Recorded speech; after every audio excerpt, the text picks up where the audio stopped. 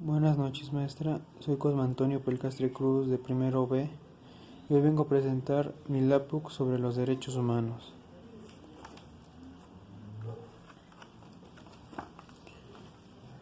Empezamos con las definiciones. La primera definición nos habla sobre que los derechos humanos son derechos inherentes a todos los seres humanos, sin distinción alguna de nacionalidad, lugar de residencia, sexo, origen nacional o étnico, color, religión, lengua o cualquier otra condición. La segunda nos dice que son el conjunto de derechos y libertades fundamentales para el disfrute de la vida humana, en condiciones de plena dignidad, y se definen como intrínsecos a todas personas por el mero hecho de pertenecer al género humano. Estos derechos, establecidos en la Constitución y en las leyes, deben ser reconocidos y garantizados por el Estado. La tercera definición nos dice que los derechos humanos son normas que reconocen y protegen la dignidad de todos los seres humanos. Estos derechos rigen de la manera en la que los individuos viven en la sociedad y se relacionan entre sí, al igual que sus relaciones con el Estado y las obligaciones del Estado hacia ellos.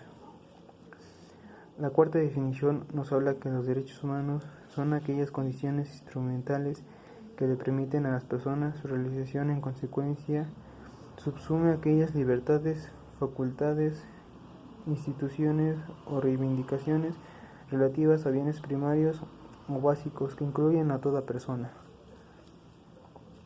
Después seguimos con los antecedentes.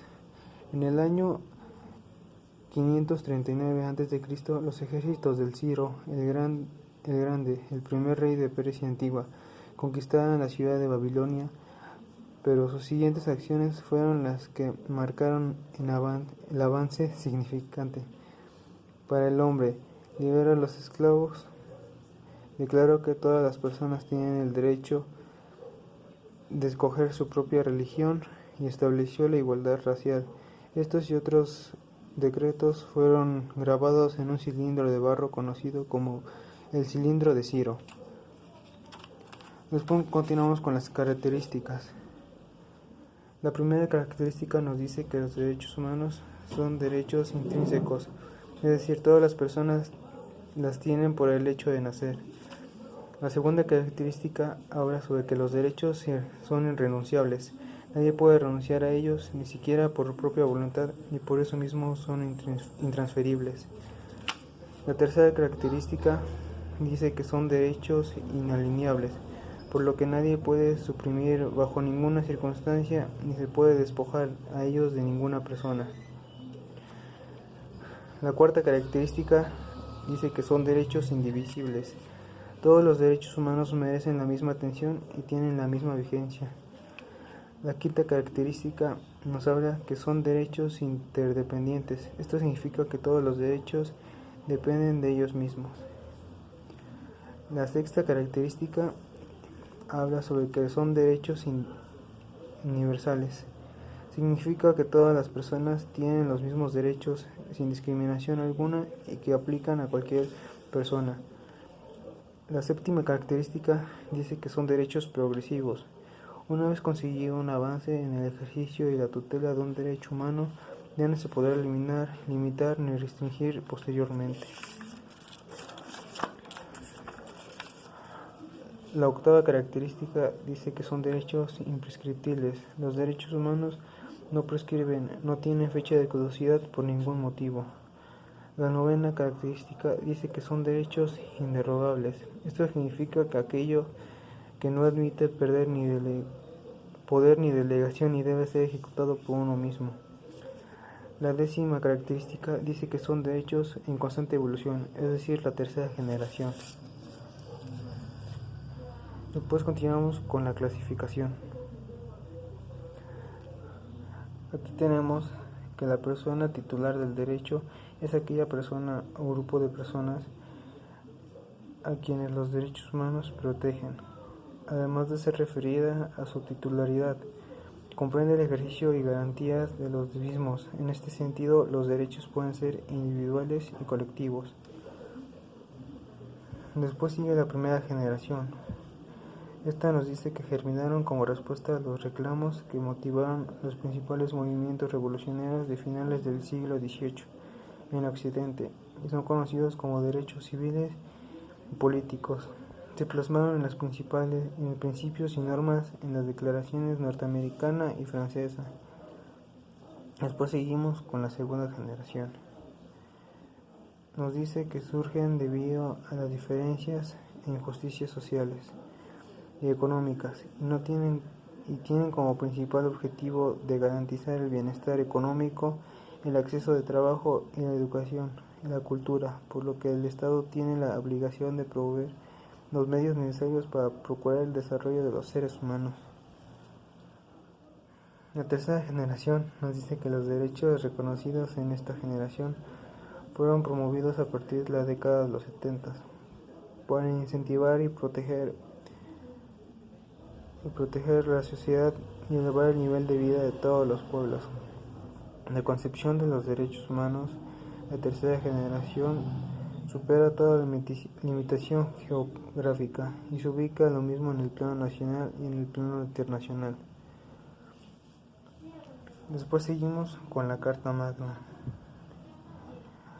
La Constitución Política de los Estados Unidos Mexicanos de 1917 es la Carta Magna y norma fundamental establecida para regir jurídicamente al país, lo cual fija los límites y define las relaciones entre los poderes de la Federación, el poder legislativo, el poder ejecutivo y el poder judicial, entre los tres órdenes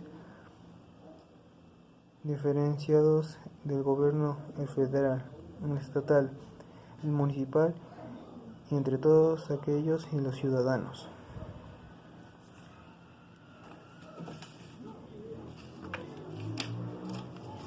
Después seguimos con los artículos.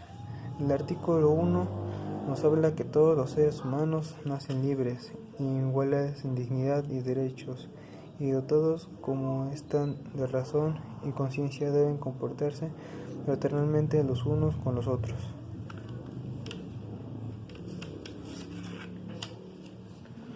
El artículo 2 nos dice que toda persona tiene los derechos y libertades proclamados en esta declaración, sin distinción alguna de raza, color, sexo, idioma, religión, opinión política o de cualquier otra índole, origen nacional o social. Artículo 3. Este nos dice que todo individuo tiene derecho a la vida, a la libertad y a la seguridad de su persona. El artículo 4 nos dice que nadie estará sometido a la esclavitud ni a servidumbre. La esclavitud y la trata de esclavos están prohibidos en todas sus formas. Por último nos vamos con las garantías individuales. Estas nos dicen que las garantías individuales son derechos que todo individuo posee por el simple hecho de haber nacido, sin importar nacionalidad, raza, sexo, edad, creencias religiosas o políticas, las cuales se encuentran manifestadas en la Constitución Política de los Estados Unidos Mexicanos, del artículo 1 al 29. Poseen 5 características. Son universales, es decir, para todos los hombres. Son inalienables, es decir, que no se pueden cambiar, vender o quitar. Son imprescriptibles, no se extinguen ni se pierden. Son irrenunciables, no puedes renunciar a ellos. Son limitativas del poder del Estado, es decir, el Estado no tiene derecho sobre ellos.